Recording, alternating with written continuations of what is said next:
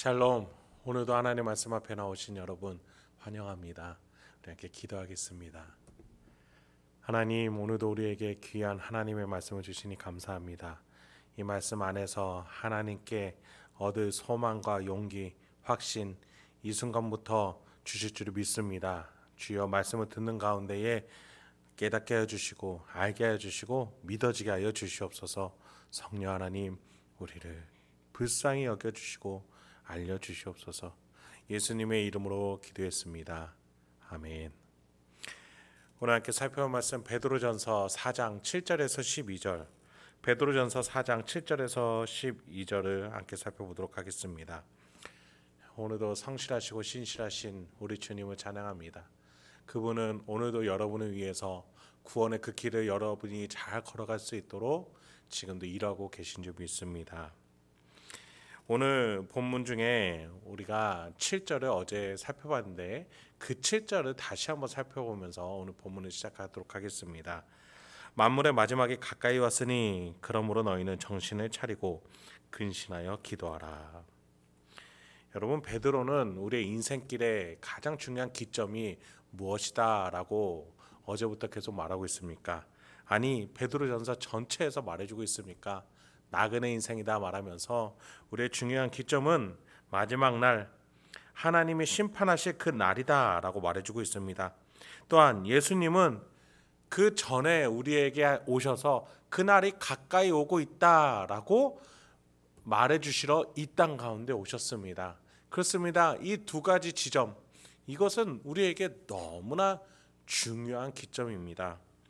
우리가 살아가면서 결혼, 취업, 성공, 은퇴 등 인생의 중요한 기점도 있지요. 이것이 왜 안 중요하겠습니까?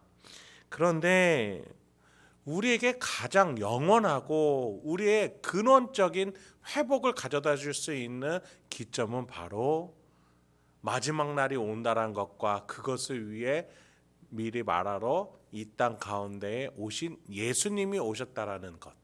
이 두 가지 기점을 우리가 기억해야겠습니다.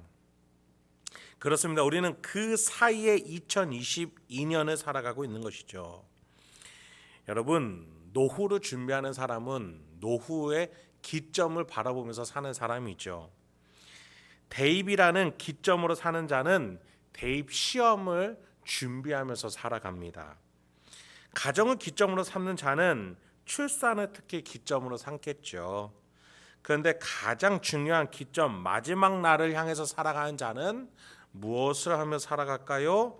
그 날을 준비하기 위해서 선한 인생으로 선한 양심을 가지고 하나님의 뜻대로 살아가기에 오늘도 힘차게 용기를 가지고 살아간다는 것입니다. 여러분, 우리가 이 땅에서의 결혼, 출산, 노후를 준비한다는 것이 나쁜 게 아닙니다. 그런데 마지막 날을 잊은 채 내일을 두려워하면서 내가 어떠한 의욕을 가지고 노후, 출산, 대입, 취직만을 바라보고 있다면 그것은 우리를 정신 차리지 못하게 하는 우상숭배일 수밖에 없다는 것입니다. 땅에 뿌리 박힌 삶으로 우리를 끌어당기는 것밖에 안 되는 것입니다. 예수님 다시 오실 날을 바라보면서 가정을 일구고 심판날을 바라보면서 내 노후에 대해서 자유롭게 고민하며 모든 것이 심판받을 마지막 때를 바라보며 나의 직장과 학업 성취를 위해서 고민할 줄 아는 우리의 성숙한 신앙의 태도가 필요하다는 것입니다.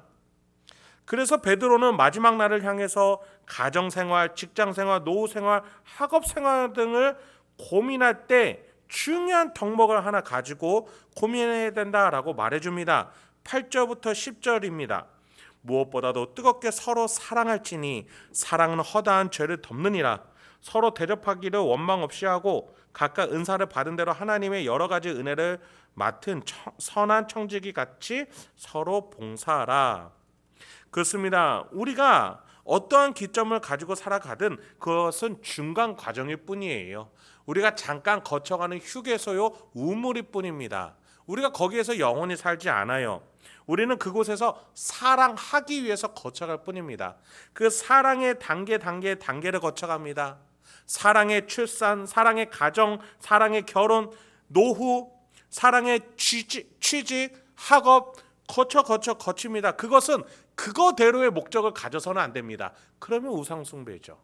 그런데 우리가 사랑하기 위해서, 섬기기 위해서, 낮아지기 위해서 대학에 들어가고 직장에 들어가고 가정을 만들고 결혼하고 출산하고 노후를 대비하는 것이죠.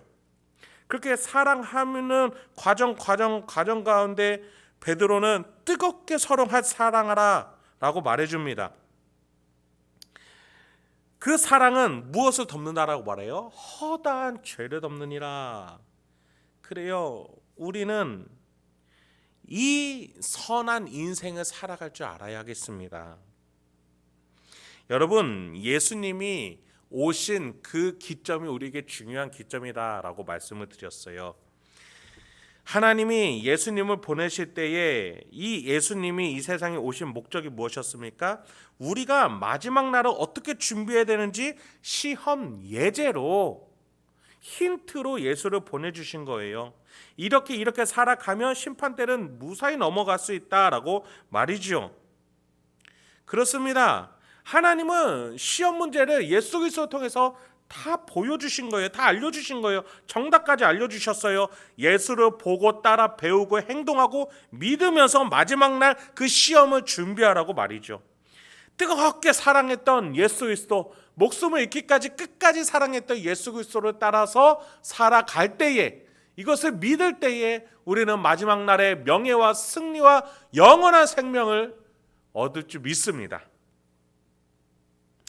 여러분, 우리의 노후, 취직, 학업, 가정, 이것이 중심이 되어서는 안 됩니다. 기점이 되어서는 안 됩니다.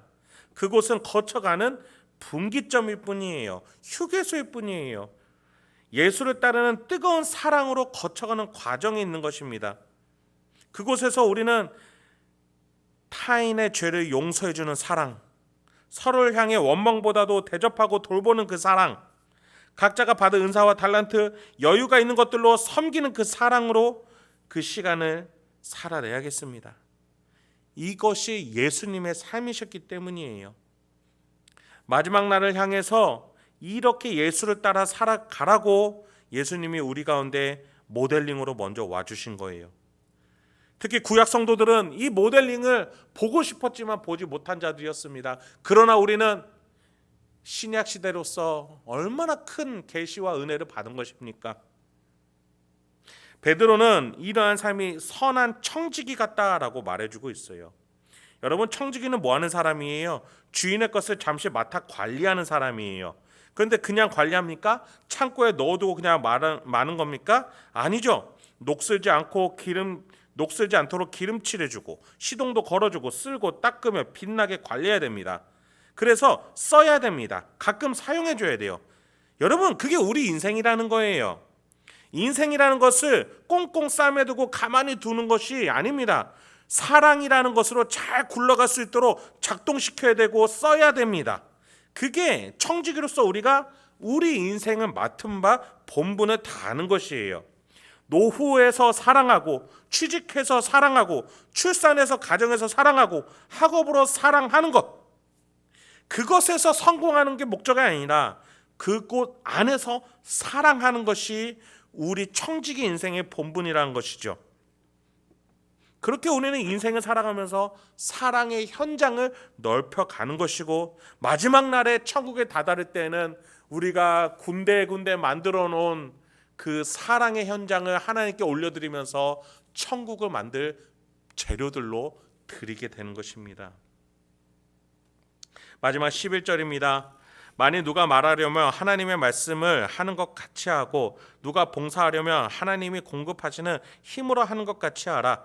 이는 범사의 예수 그리스도로 말미암아 하나님의 영광을 받으시게 하려 함이니, 그에게 영광과 권능이 세세 무궁하도록 있느니라. 아멘.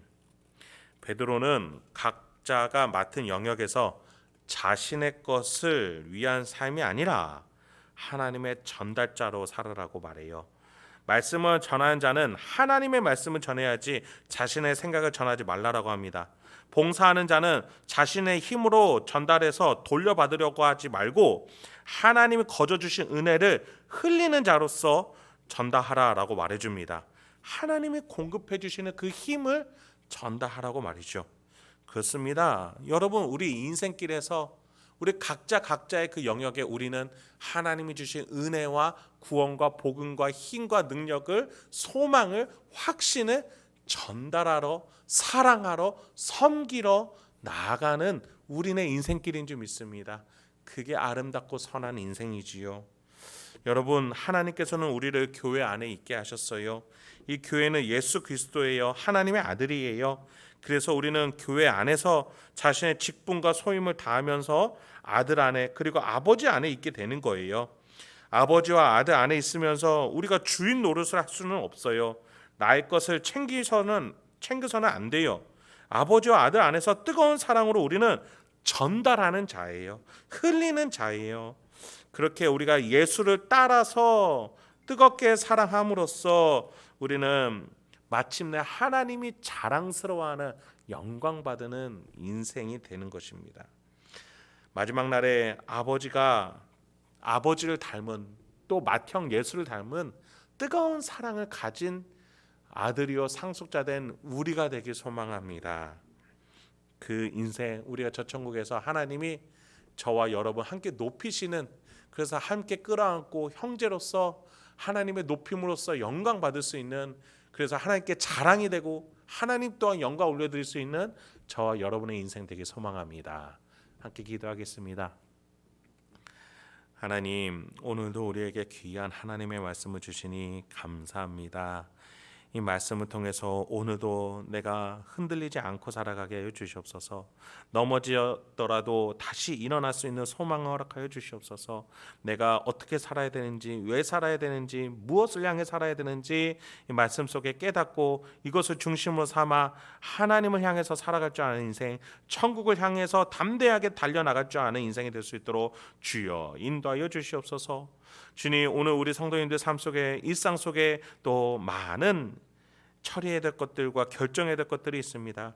그 가운데, 그 사이사이 속에 하나님이 먼저 우리 성도님들의 삶을 붙잡고 계신 줄 믿습니다. 우리 성도님들, 하나님께서 보시기에 아름답고 선한 청지기의 인생으로 결정하고 선택하고 판단할 수 있도록 주의 이 시간부터 역사하여 주시옵소서. 예수님의 이름으로 기도했습니다. 아멘.